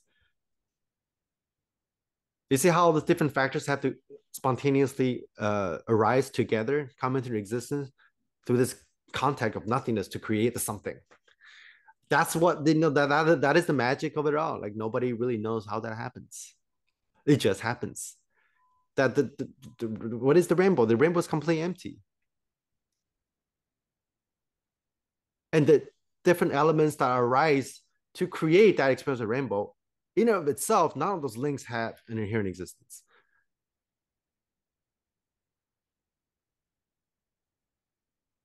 Yeah, I don't. Does that make sense? It does, but I just want to clarify something. Okay. When you say the rainbow is empty, well, it has colors, so it's not necessarily empty. But you don't mean that empty, right? You mean empty as in what is the rainbow ultimately? It's Yes, emptiness. empty. Where does the Yeah. rainbow appear? In emptiness. That's what you mean, Yes. right? Yes. When you say Yeah. it's empty. Yeah. I'm not saying it's not there. You know, some people, some very radical people can say that it's not even there. I mean, is it there or not there? It's both. It's there but not there. It's there, but it's not there the way you think it is. It's not there the way you perceive it to be. There's an experience of it, but that experience is fabrication. That experience of it is a fabrication. Could we zoom in on that? What do you mean by Yeah. fabrication? To me, fabrication, the word fabrication and the word emptiness are the same thing to me. Things are empty because they're fabricated. They're constructed. They're constructed through the senses. They're constructed through the mind. That's the easiest way to look at it. Yeah, and then again, when I explain those things, I kind of have to like use that as a ground. I still have to say, oh, it's constructed by the mind. But what does that even mean? Even that statement is empty. But if I was to sort of use a ground to kind of explain the phenomenons, which I can't really do without language, without some kind of a ground, I can use the ground of mind or consciousness, saying that, okay, maybe a better metaphor is putting on a virtual reality goggle. When you put on a virtual reality goggle, everything you perceive in this field of experience is constructed. It's very obvious, unless you're deluded. You think the virtual reality world is real. In fact, before awakening, everybody is thinking that their virtual reality world is real. But in fact, if you put on a VR goggle and experience this reality through the virtual reality goggle, which every particle is constructed, where is it constructed? Is it in your mind or is it in the virtual reality goggle? It's both and neither. So there is really no space in which the virtual reality goggle or the virtual reality world is being constructed, but there is an experience there. So if you take out a VR goggle, what do you get? What are you left with? You're still left with it's the same thing, really. When you put on a VR goggle and you're playing a game and taking it off and experiencing reality without the VR goggle, you're still in the VR. You're still in the VR of fabrication, of the fabrication of the mind, of perception, of senses, of feelings. And that is really the only gateway we have to reality through the six senses. But the nature of those six senses is empty. It's constructed due to the cause and effects of the present moment. Yeah, but that's as far as I like you can take that, because anything outside of that you really can't speak of at all. That's why people still use the word awareness or consciousness or the mind. And the Buddha still says, oh, the Dharma. But then he again and again emphasizes that even the Dharma is empty. Because the mind is always going to try to find refuge in conceptualizing things. It's not just boil down to conceptualizing things and just seeing things without conceptualizing. Is that ultimately what we're speaking about here? I see a camera, I see a tree. I can either conceptualize the tree. This is a beautiful tree, beautiful flowers, nice leaves, or I can just look at the tree without conceptualizing it. Is that ultimately what we're speaking about here? Oh, you can put it like that. Yeah, you can put it like that. You can say that you experience the virtual reality world without putting another goggle on it. The Mm. goggle of conceptual lenses. The goggle of thinking, the goggle Yeah, the of goggle knowledge, the goggle of labeling things, right? labeling judgments. Yeah. So you Mm-hmm. perceive experience as itself, but then you still don't know what that experience actually is because it's still being filtered by the senses. But that's the deepest that you can go unless you take away your senses and your mental and physical apparatus, then you're pretty much dead. So as long as we're alive and having experience, this experience has always been fabricated. Even the raw fabrication of just the raw experience itself is arising through conditionings as well. So we're perceiving this virtuality world without any more goggles, rather than the goggle of what is, so to speak. Yeah, and and the reason why this insight is so profound is because the only reason why we suffer is because we think this part of the dream is more real than the other. That's the where we make the separation. There's no part and no corner of this virtual reality dream is more real than another. And the whole sense of separation, the I-ness, just can be boiled down to you thinking that you're real and other people are not as real as you. That's the again the source of suffering. And that's where the contraction is. And the only reason why you think something is real, but not other part is real, is because of some kind of contraction, emotional attachment to it. We feel like this is real. We feel like we're ourselves. Therefore, we contract into this tiny little ball and we feel this contraction here and we feel an emotion here. This contraction is what separates us from thinking that we're more real than other people. We go into wars with other tribes because we think our tribes is more real than their tribes. That's where religious wars come from. That we think our God is more real than other gods. And that just comes from contractions. And the contractions create some sort of emotional reactions. You feel at visceral, cellular level that I'm more real than you. Therefore, I'm separated from you. Yeah. Once you enter non-duality, you no longer perceive this or that to be more real. You can say that nothing is real, but then that statement itself, nothing is real, and just like the Jem McKenna thing. If the truth is that nothing is true, which completely demolishes that statement itself as well. Saying that nothing is real and saying that everything is real is the same thing. Saying that no self is the same as true self, same thing. Yeah. Meaning the self is just a bundle of thoughts resistant to something conceptual understanding of things. And when there is no self, that is true self. Is that what you mean by no self is true self? Yeah. Yeah. And that self is the nature of Yeah, everything. the self is just a conceptual layover on top of experience. That's it. And through that conceptual layover, we create an emotional and physical contraction that physically separates from us from other people.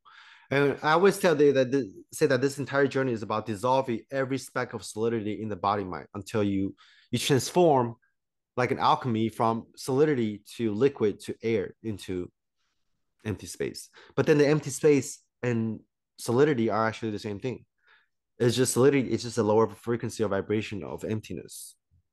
And then physics also proved that from another lens. Yeah, but then you actually get to experience that. Like string theory, everything is vibrating strings. And well, what is made of the strings? It's just nothingness. It's just energy that are vibrating. And what is the energy? It's nothing. I tend to be very like, you know, but No, no, don't that's worry because I'm about it. just I love that interested in though. understanding the, you know, the essence of something. So I'm just Yeah, like, I let's love just it. go to it Yeah. directly. Yeah, yeah, I love it. And like I love talking about this stuff, you know? Like I think that's why like for a lot of people after realization, they just kind of became like not even teachers. I don't look at myself as a teacher or anything.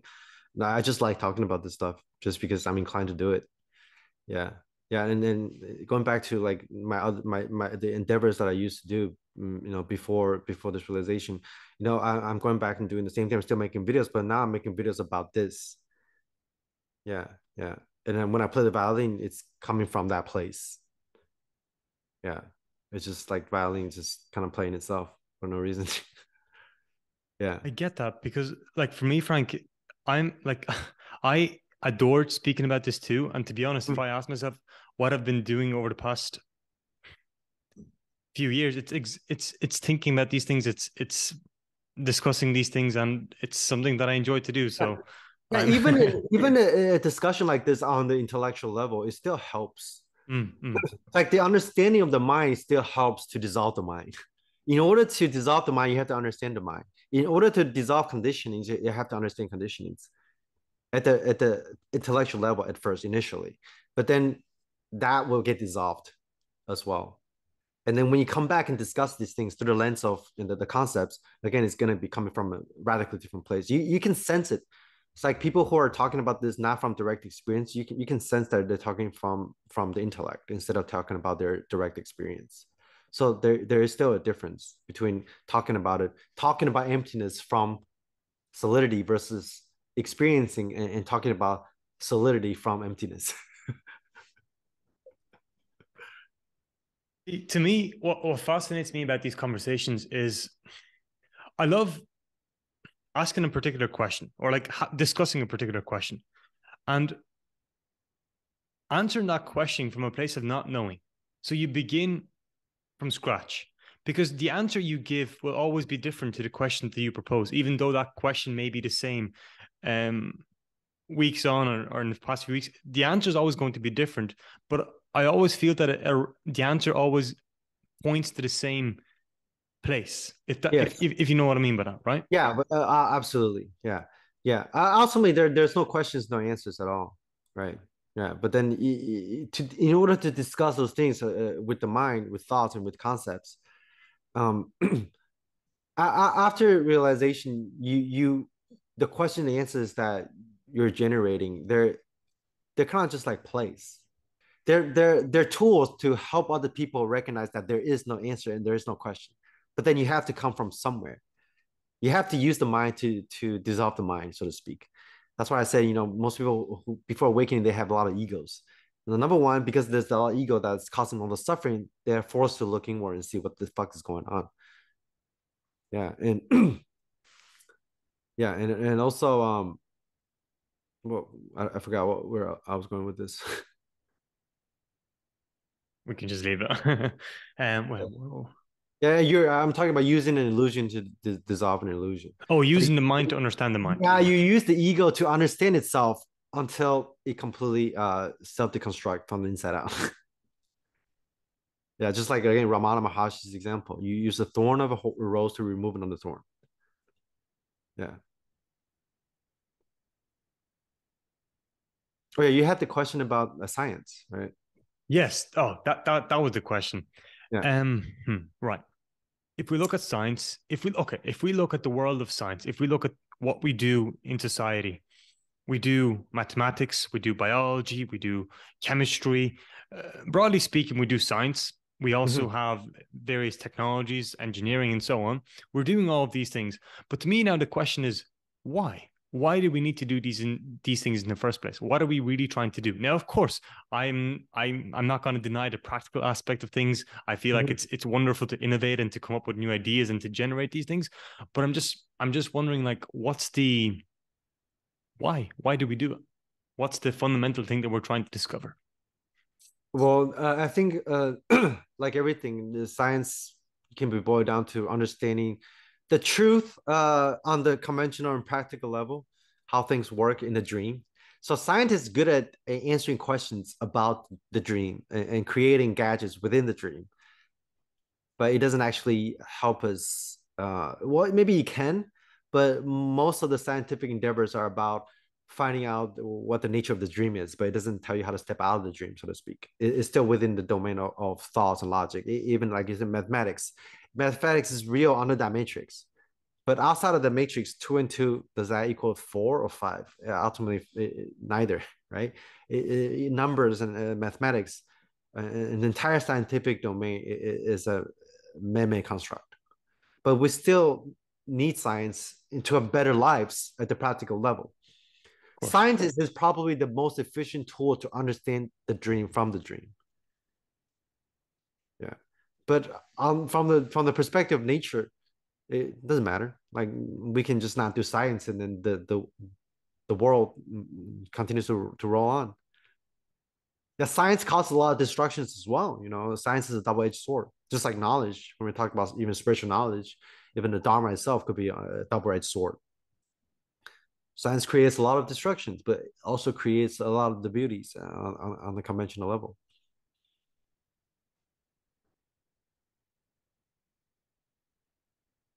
So I do think science is quite important, just like art. Beauty is important. Of course, everything's important. Yeah, Everything. of course. Yeah, all that stuff is important. Yeah. No, but I guess the way I perceive science is just part of the happening too. It's not, to me, no scientific theory is more or less true than other ones. They can be more practical. They can some scientific methods, the gadgets that you create can alleviate some pain and suffering, sure. Yeah, but then if science is the only tool that you have, then we could run into a lot of troubles as well. You know, people get stuck in scientific dogmas a lot. You know, scientific. You know, there's a lot of scientific ideologies. People disagreeing about like what is right science, what is not right science. And if you utilize science from only the matrix of the self, you're gonna run into some problems like destructions.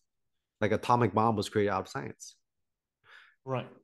Then if you utilize science as a tool that's no different from even the tools of any kind of spiritual teachings, then you come from a place of love and understanding. You can utilize science more efficiently, just like how you utilize everything in the conventional level more efficiently. You have a better dream. When you are lucid dreaming, you can have a better dream, so to speak, than when you're trapped in a dream without knowing that you're in a dream.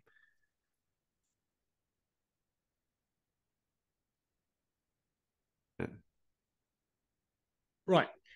Okay. For example, Xi Jinping is a very scientific minded teacher. He's a master of meditation, and same with I don't know if you've heard of Chula Dosa, the author of The Mind Illuminated, and even people like I really admire, like Daniel Ingram, and Michael Taft, the more modern teacher that combines science with meditation. Um, to me, their tools are very effective because they combine science with direct experience of consciousness. So, for example, Shi Yang is kind of working with neuroscientists to create this what he calls the enlightenment cap. So his goal is to create some kind of a machine, or through like I don't know, Neuralink kind of gimmick, to zap people into non-duality way faster than if they would just sit down to meditate for 10 years, because that process could be sped up if there's a neurological base to non-duality, of course, and you can kind of temper with it through scientific means, and that could speed up the process of self-realization through science. And Buddha was kind of doing science as well. He's doing the science of the mind. I would venture to say he's the first modern, I don't know if modern is the right word, I don't know, relatively speaking, he's the first true neuroscientist of the mind, in a sense. His methods was extremely scientific. Yeah. So the methodology of science definitely has a place in both the conventional level, even if you're only stuck in a dream, versus when you step outside the dream and use that tool to enhance the dream, or to even use that tool to wake up from the dream. The dream of separation.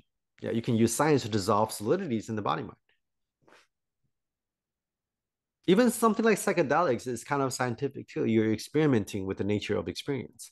By putting this amount of chemicals in your body mind, you experience this. by putting this different kind of chemical, different dosage, you experience that. And that gives you some insights into the nature of the experience, the nature of mind. So you're just doing experiments. And what is like self-inquiry meditation practice? Little experiments you perform on yourself. And if the when you carry out those experiments, even if it's through something like self-inquiry or meditation, if you do it quote unquote scientifically, with logic and with some kind of systems, they could be more efficient. Or even if you just physically tamper with your brain and speed up the process of meditation or self-inquiry through some kind of interface, like enlightenment cap, that's also very helpful.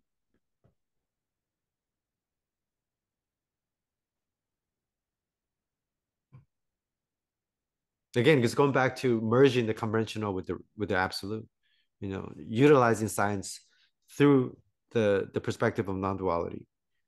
That's where the science is going to be carried out most efficiently, I believe. I think so too. If you look at a lot of physicists, they're actually quite mystical, right? Like Einstein was kind of like the mystics. And I don't know if you're familiar with the four path models of the Theravada Buddhism. Like you have like stream entry, which is like the first level of awakening. And then you have like fourth path, which is aharship. I believe a lot of artists and a lot of scientists, even without knowing it, they're actually stream enterers. They have some sort of opening into what they really are, and they derive a lot of scientific truths from those glimpses or from those openings. If you look at like a philosopher like Wittgenstein, even he had a lot of mystical experiences. He realized through his mystical experiences that language cannot be used to arrive at the ultimate truth. So his whole project is using language to destroy language, using logic to destroy logic. Like his book, The Tractatus, it's very scientific. It's very mathematical because he's a logician.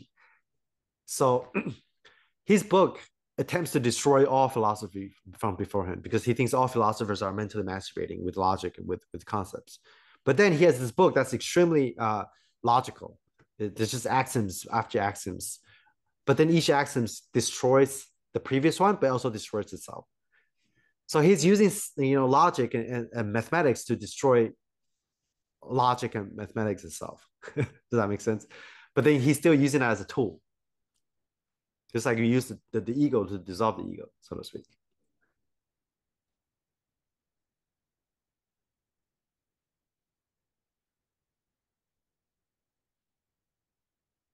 My intention behind asking that question in the first place of why do we need to do science? Why do we need to invent technology?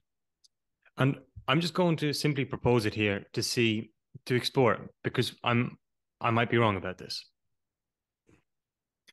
But to me, it seems what it fundamentally boils down to is wanting to find out an answer to a question. For example, science has specific questions that they're trying to answer, and therefore we can use various different mediums to explore what the answer to that question is. Some mediums are more effective than others. We may give it the label of science, mathematics, spirituality, philosophy, religion, whatever word you want to use.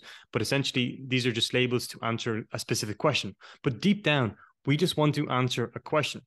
So to me, it seems that what we truly, truly want is to understand our true nature. Like that's just putting a word on it. But how we arrive there will depend on us, I guess. Yeah. Right. But essentially, just asking questions and answering and finding out the truth behind the question that we propose. Right. And some questions are more fundamental than other questions. To me, that's exactly what it all boils down to. Right. I agree with that. Yeah. Like the different questions are just different tools. Like the question of self-inquiry, who am I? That question is probably more useful for the ego to dissolve itself than say the question, what kind of pussy am I gonna get tonight? Yeah. Yeah. So science it could be a very efficient tool in that regard. Mm-hmm. The reason why we follow certain traditions in spirituality because they work for certain people, and how they arrive at this truth. If you look at their methods, it's actually extremely logical too. But then you say they worked for certain people. Like if I look at Buddhism, have they produced a million Buddhas? Everybody's immersed in Buddhism. I don't think we have a million Buddhas walking around. Maybe we do. I'm not sure. But the question is then, have these techniques truly worked? Has Yeah. Buddhism truly helped people understand their true nature? Or are we just following methods endlessly just for the sake of following them? Well, the spiritual techniques just happen to be some of the more efficient tools in the dream world to dissolve the dream, so to speak. But have they worked? How do they work out? You just gotta No, find out for yourself. have they worked? Have they How do produced they? results? How do spiritual teachings produce results? But it depends on what kind of techniques you use. How does something like Vipassana works? Vipassana works by dissecting reality and penetrating it and seeing clearly for what it is.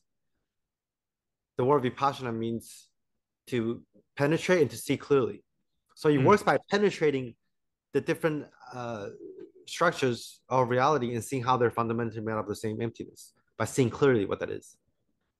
So that's how Vipassana works. How does self-inquiry work? It works by, again, like Ramana said, using the thorn of a rose to dissolve another one.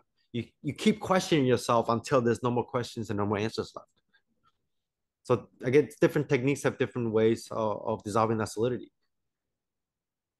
Like the body scanning technique works because if you use the laser beam of your attention or awareness to sort of deconstruct and dissolve all the different solidities and blockages in your body mind, eventually you reach empty space. Just like different methods of weightlifting works through different means and slightly different methods. And could we say then that ultimately we want to drop our methods? Ultimately, we want to drop our techniques. Ultimately, Of we want to course. have the capacity to deal with something intelligently for ourselves without the reliance of a method, of a system, of a technique, of a book, of a guru, but to be able to deal with things as they arise intelligently, Yeah, moment to this is moment in our everyday exactly. lives. Is that Of course. ultimately what it boils down to? Yeah, you could say that. Ultimately, it's the drop off techniques. Just like an athlete, if he was entering the flow state, he's not thinking about Mm, techniques. He's Violinist, just doing his thing. Yeah. he's just Yeah. doing Or his thing. hurting. Well, Hmm. the violin is just playing itself, and you can apply that to everything. Like Hmm. every single moment, it's just spontaneously happening. And it's through that space that things are performed and carried out and functioning the most effectively, most efficiently, from the most love and connectivity. Hmm. So absolutely, you're right. At the end, you have to drop all the bullshit about spirituality and all the techniques and just be. Yeah. Well, I think that's a wonderful opportunity to finish up because I want to be respectful of your time. I already took up too much of your time, I think. But yeah, I just want to say thank you for doing this.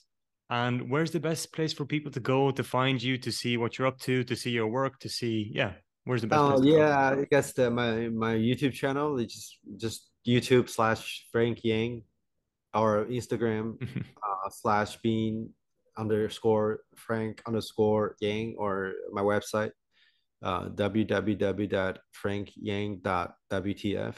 Like what the fuck? Yeah. Yeah, I don't really use Twitter that much or Facebook even. I post on them sometimes, but I don't really engage on Twitters or Facebook. So I think that Instagram and YouTube are probably where you see the most updates and things like that. Yeah.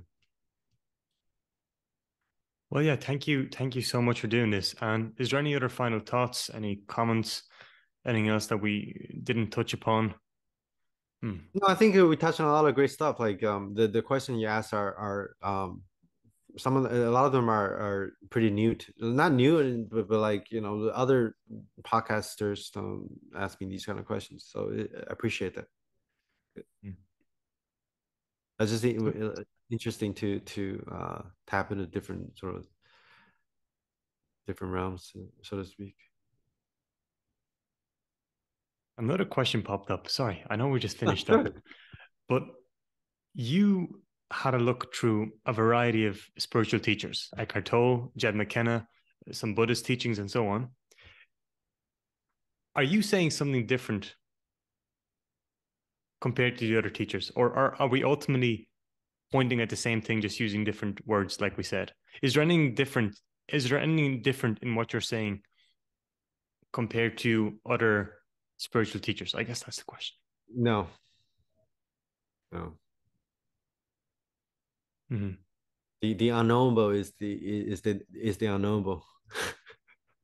But this sense of not knowing is vast, and time is infinite and all inclusive. Yeah.